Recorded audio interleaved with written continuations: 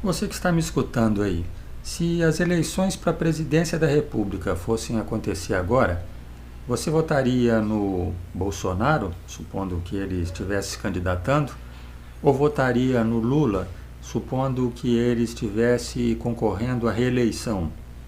Ou você iria preferir votar em um terceiro nome? Nesse caso, em quem seria? Diga aí nos comentários que eu gostaria de saber. Pois o Instituto de Pesquisa Paraná pesquisou exatamente as intenções de voto para a presidência da República, eleições que vão acontecer em 2026. E o foco principal era entender se Lula e Bolsonaro continuam os dois nomes mais fortes, se eles ganhariam de outros concorrentes e o que aconteceria num confronto em que estivessem os dois. A gente lembra que atualmente o Bolsonaro se encontra inelegível, mas ele foi citado aí na pesquisa. Uma coisa importante de se destacar a respeito dessa pesquisa é que esses dados foram levantados já durante esse período recente em que se tornou pública uma investigação da Polícia Federal que acusa o Jair Bolsonaro de ter sido um dos participantes lá daquela trama do golpe que pretendiam dar. Então, o resultado dessa pesquisa, desses números aí, já vem com, pelo menos parcialmente, um efeito do intenso noticiário que foi veiculado a respeito desse problema aí do golpe. Mas, na verdade, a gente pode imaginar que o pessoal que apoia o Bolsonaro não está muito preocupado se ele tentou dar golpe. Isso aí não seria um motivo para quem apoia o Bolsonaro deixar de apoiar, na verdade. Mas uma coisa interessante para quem está ouvindo responder: se você é eleitor do Bolsonaro, te atrapalhou em alguma coisa isso? Fez você pensar de novo? Fez você abandonar a ideia de votar nele? Porque o que o eleitor do Bolsonaro faz, aqueles que não gostam muito dessa ideia dele tentar dar um golpe, é falar que essa acusação aí é falsa. Estão tentando incriminá-lo de uma coisa que ele não fez. Por outro lado, muitos dos que votam nele iam ficar achando bom se ele realmente desse um golpe e virasse o dono do Brasil, não é verdade? Eles acham que com o mito no poder, o Brasil ia virar uma coisa do outro mundo, para ele fazer tudo o que ele quisesse sem oposição nenhuma. O fato é que, revelando agora o resultado da pesquisa, Lula e Bolsonaro empatam tecnicamente, mas com uma leve vantagem para o Bolsonaro. 37,6% das intenções de voto contra 33,6% de Lula. Uma diferença de 4 pontos que está aí no limite da margem de erro. Essa pesquisa foi bastante extensa porque ela imaginou 7 cenários.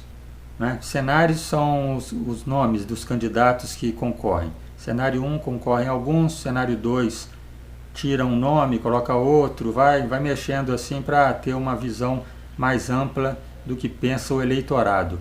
E esses 7 cenários podem ser resumidos nesse quadro aqui, nessa arte. E aí vamos dar uma olhadinha aqui com calma, porque é muito número para a gente entender. As colunas numeradas de 1 a 7 ali, pintadas de preto, são os tais cenários. Então a gente vê que o nome do Lula apareceu nos cenários de 1 até o 5. O Bolsonaro só apareceu no cenário 1 e 6. Então o único cenário em que os dois competiram foi o 1. E ali está o Bolsonaro na frente. Quando o quadradinho ali é colorido de azul, é porque aquele ali ficou em primeiro lugar naquele cenário. Então o Bolsonaro ficou em primeiro lugar nos 2 cenários que participou. O Lula ficou em primeiro lugar em 5 cenários. Ficou em segundo no cenário que o Bolsonaro participou também. Perdeu só para ele. Bom, aí a gente vê ali, Michele Bolsonaro, ela competiu com o Lula no cenário 2 e ficou em segundo lugar.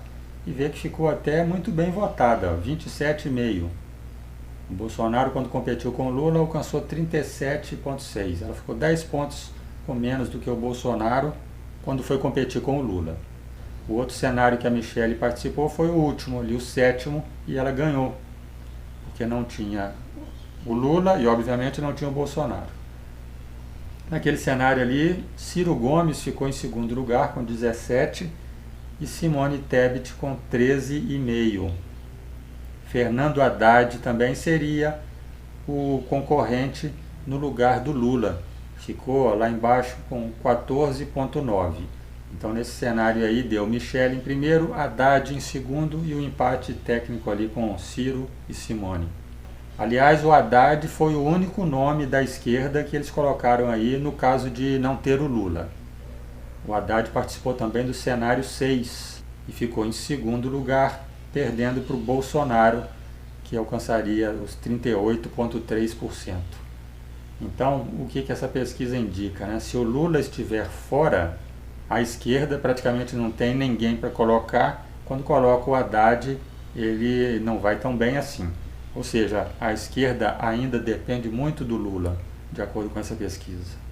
Outros nomes que apareceram então aí, né? Já foi citado Ciro Gomes. O Ciro Gomes entrou em todos os cenários e ele fica em segundo lugar em alguns. Simone Tebet também entrou em todos, tem um desempenho parecido com o do Ciro Gomes. Ronaldo Caiado entrou em todos os cenários e não chegou a segundo lugar em nenhum. Sua pontuação aí varia de 3,7 até 8,9. E aí colocaram Tarcísio, Ratinho Júnior e Romeu Zema, um em cada cenário. Cenários sem o Bolsonaro, né? Como é que seria se o Bolsonaro cedesse lugar para um desses três? E eles ficaram em segundo lugar. Tarcísio foi o que teve o melhor desempenho. E embaixo aqui, no rodapé do quadro, não sabem, não opinaram, branco e nulo. E aí, o que você achou desse quadro nacional? Te surpreendeu? Você se encaixa onde aqui? Você gosta de algum desses outros aqui? Ou vai de Lula ou vai de Bolsonaro? Até a próxima!